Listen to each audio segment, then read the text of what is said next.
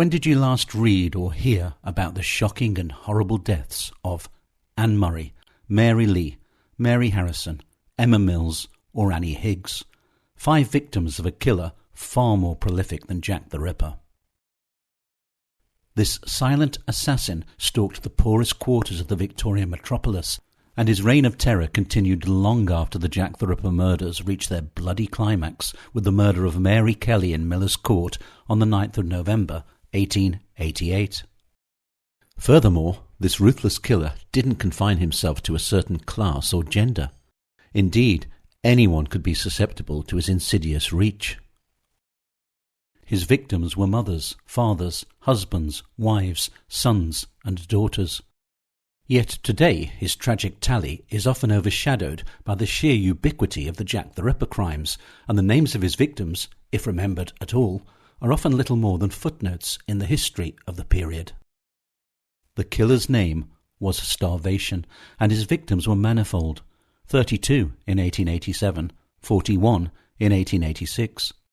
Put another way, in the 2 years prior to the 5 Jack the Ripper murders, Starvation had claimed the lives of 73 victims, and yet their painful and lingering deaths are largely ignored by authors who are either more focused on solving the mystery of the Whitechapel murderer's identity once and for all, or are pursuing an agenda, the central tenet of which appears to be that if a victim wasn't slain by Jack the Ripper, then their lives and deaths didn't really count. However, at the height of the murders in 1888, several commentators made the point that the sudden and violent nature of the Whitechapel atrocities were having a much stronger impact on bringing attention to the horrendous poverty in the East End of London than the efforts of social reformers and philanthropists ever had done or could do. Most famous of these was George Bernard Shaw, who in a letter titled Blood Money to Whitechapel, which was published in the Star newspaper on the 24th of September, wrote, "Will you allow me to make a comment on the success of the Whitechapel murderer in calling attention for a moment to the social question? Private enterprise has succeeded where socialism failed. Whilst we conventional social democrats were wasting our time on education, agitation and organisation, some independent genius has taken the matter in hand and by simply murdering and disemboweling 4 women converted the proprietary press to an inept sort of communism."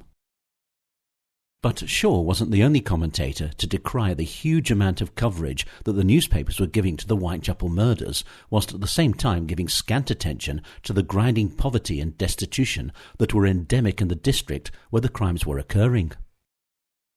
On Saturday the 27th of October, under the headline "Another Whitechapel Murder," Justice, the weekly newspaper of the Social Democratic Federation, published the following opinion piece. On Friday morning, a man named Robert Reynolds, aged 41, was found lying insensible on the pavement in Brady Street, Bucks Row, Whitechapel. He was taken to the Bethnal Green Infirmary, where he was found to be dead. The cause of his death was stated to be destitution. The place where this man was found was near the scene of one of the recent murders.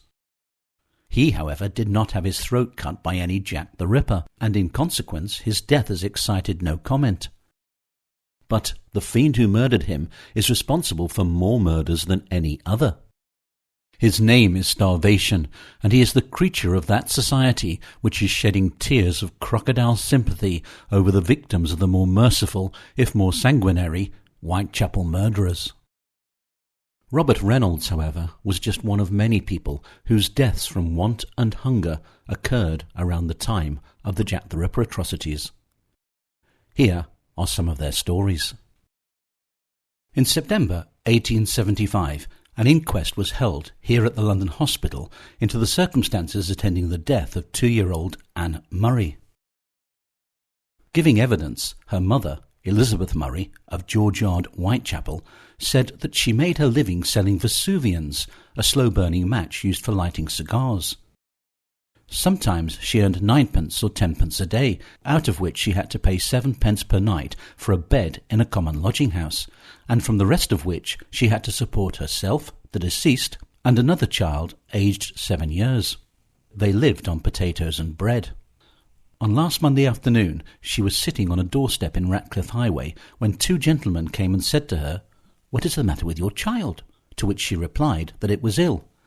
They then persisted in her taking it to the doctors, but that gentleman, instead of giving her medicine, presented her with a silver sixpence, instructing her at once to take the child to the hospital. She took it there on her way home, but the deceased died in the receiving ward. The child, she said, had been ill for 7 weeks, but she never before took it to a doctor. Anne MacDonald, deputy to the lodging house, said that the mother had the deceased child out with her all day, generally returning home between 11:30 and 12 o'clock at night. She had seen the mother buy a halfpenny worth of milk and give it to the deceased, and sometimes a penny worth of potatoes. The mother had told her that she was married, but that her husband had deserted her. The witness was certain that the children had not enough to eat, as she had seen them so ravenous that they had snatched the food from her hands. Dr. Charles Mercier said that in making a post-mortem examination he had found that the stomach and intestines were empty, the body being much emaciated. The immediate cause of death was due to rupture of the rectum. Exposure and privation would have accelerated death. In this case, the jury considered the mother to have been culpable in the death of her child, the foreman of the jury observing that it was a disgrace to the country for a woman to be allowed to drag a dying child about at that time of night, which was only done to create sympathy. The coroner concurred with his remarks. The jury then returned a verdict in accordance with the medical evidence and considered there was great blame attached to the mother. In January 1876, Mr. Humphreys, the coroner for Whitechapel, held an inquest on the death of James McCormack, aged 72 years. The first witness, Elizabeth Spicer, said that she had known the deceased for many years. He had been a famous pugilist. On Christmas Day she had called at his lodgings and found him and his wife huddled up on the floor in a mass of rags. There was not a particle of fire in the grate, and nothing but 2 chairs in the room, except a few rags that they slept on. She at once went home and brought some food. She then obtained an order for their removal to the infirmary. Dr. Staff, resident medical officer of the Whitechapel Infirmary, stated that the 2 persons were admitted in a dying condition. Everything was done that possibly could be, but the man never rallied. On making a post-mortem examination, he found a terrible state of things. The bones were protruding through the skin, and the blood was like water. The cause of death was sheer starvation. The woman was still lying in the infirmary, suffering from the effects of long privation. The coroner remarked that this was the worst case of the kind that had ever come before him. The man had died from sheer want, and he left the verdict in the hands of the jury. The foreman remarked that they had to pay rates and taxes, and to see such a terrible case before them was quite distressing. A verdict of death from starvation was recorded. In May 1878, an inquest was held at the Weaver's Arms, Hanbury Street, Spitalfields, pertaining to the death of Mary Lee, aged 60. The deceased had been admitted into the infirmary of the Whitechapel Union on the 20th of May. She was in a most filthy and destitute condition, and she died the following day from a fusion on the brain accelerated by starvation. She had been in the habit of sitting on the steps of the entrance to Whitechapel Church, selling matches. A verdict in accordance with the evidence was returned. On the 30th of August 1882, another tragic tale unfolded at the inquest into the death of Guy Linton, aged 35, an actor who had also died from starvation. Police Constable James Cox, giving evidence, testified that on Thursday he was on duty in Hanbury Street, and about 10 o'clock at night he saw the deceased. He was so weak that he fell to the ground and appeared to be thoroughly exhausted. The witness felt certain that he was in a starving state. He procured a conveyance and had the deceased removed to the Whitechapel Infirmary. Eliza Hyde, nurse at the Whitechapel Union Infirmary, stated that the deceased was in a very dirty and destitute condition, and he appeared to be only skin and bones. He told the witness that he had a wife and sister in America, and that he was a professional actor, and formerly held an engagement at the Pavilion Theatre. A juryman at this point remarked that he knew the deceased well as an actor. The witness, continuing, said that the deceased never rallied, although everything that was possible was done for him, and he died on Sunday afternoon. He told her he had earned a few halfpence by selling matches and envelopes. Dr. James Illett, resident medical officer at the Whitechapel Infirmary, said that he had made a post-mortem examination of the deceased and he found that the lungs and brain were diseased.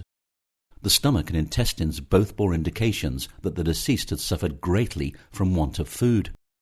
The cause of death was serum of blood on the brain, accelerated by destitution and exposure. The jury returned a verdict in accordance with the medical evidence. The juryman, already mentioned, then stated that the deceased was well known throughout the theatrical profession and was on one occasion specially selected by Mr. Hollingshead to play a leading part at the Gaiety Theatre. He also had a brother in the profession and his aged mother resided in Glasgow.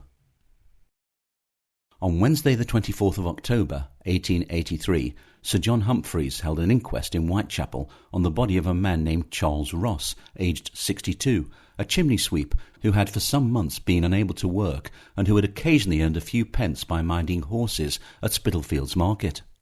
The people who knew him did not know how he contrived to exist. He was never seen to eat any meat. On Thursday last he complained of feeling very ill, and he was taken on a costermonger's barrow to the infirmary, but he was dead before the doctor saw him. The cause of death was stated to be disease of the heart, accelerated by long privation and want. On Thursday the 8th of January, 1885, the inquest into the death of Mary Harrison, which had occurred at a common lodging-house in Whitechapel, revealed a story that, in many ways, resembled the stories of the victims of Jack the Ripper. The Dundee Evening Telegraph carried a summary of the proceedings on Saturday the 10th of January. On Thursday, an inquest was held in Whitechapel on the body of Mary Harrison, about 50. Edward Coulson stated that the deceased lived in a common lodging-house at Thrall Street, Spitalfields. The witness did not know much about the deceased, but on Monday last his attention was called to her by the landlord of the house. She was partly dressed and lying on the bed, apparently starving and in a dying condition. The witness gave her some brandy and then went for a doctor who came and prescribed for her, but she never rallied and died that same evening. The witness should say that the deceased died entirely from the effects of starvation, and during the time he had known her, he had never seen her have any food or nourishment of any kind. At first, no one knew the name of the deceased, and it was only found out by seeing it on a pawn ticket.